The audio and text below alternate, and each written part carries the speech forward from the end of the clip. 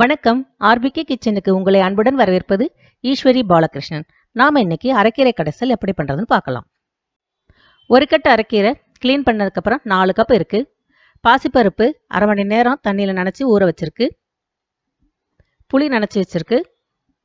4 பச்சை மிளகாய், மஞ்சப்பொடி, ஒரு தக்காளி அரிஞ்சு வச்சிருக்கு.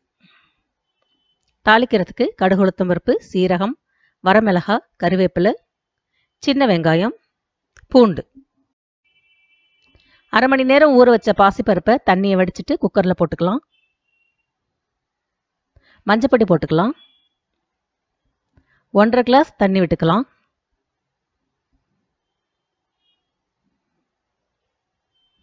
ஒரு டீஸ்பூன் ஆயில் சேர்த்துக்கலாம்.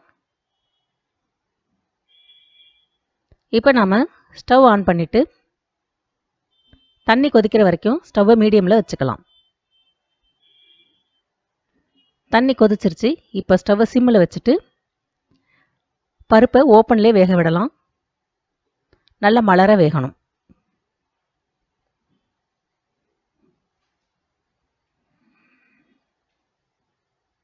பாருங்க, நல்லா மலர வெந்திருக்கு.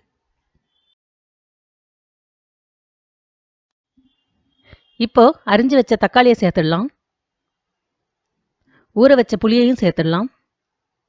பச்சை மிளகாயை சேர்த்துடலாம்.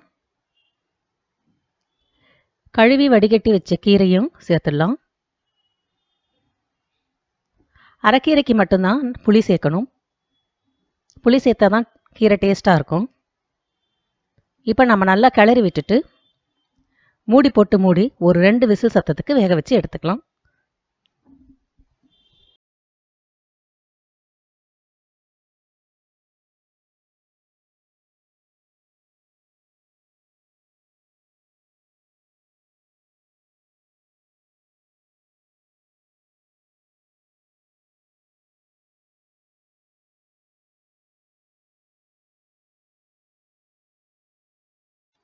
ஆவியெல்லாம் அடங்கிருச்சு. நாம் இப்போ குக்கரை ஓப்பன் பண்ணிடலாம்.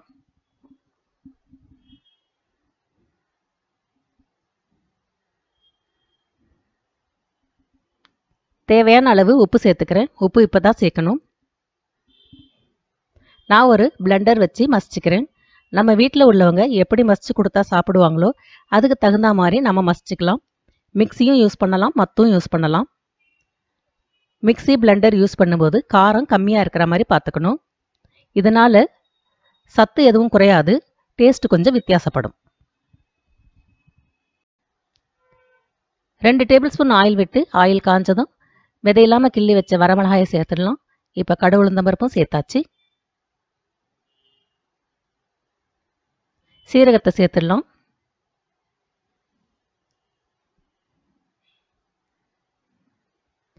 தட்டி வச்ச பூண்டையும் சேர்த்துடலாம். ஸ்டவ்வு சிம்மில் இருக்கு.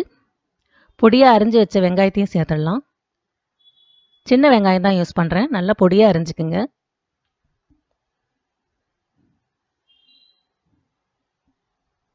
இப்போ நம்ம கருவேப்பிலையும் போட்டுடலாம்.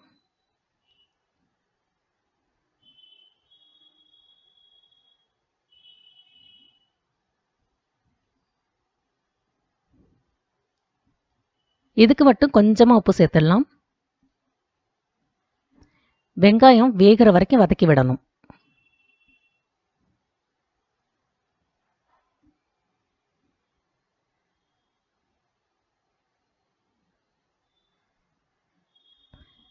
வெங்காயம் நல்லா வதங்கிடுச்சு. இதை நம்ம இப்போ கீரையில் கொட்டிடலாம்.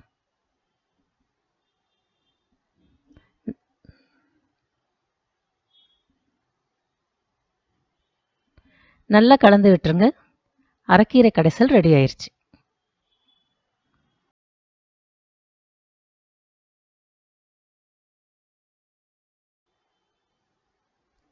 செய்து பாருங்க, எப்படி இருந்ததுன்னு சொல்லுங்க. பிடிச்சிருந்தா உங்க ஃப்ரெண்ட்ஸ்க்கு ஷேர் பண்ணுங்க. நன்றி.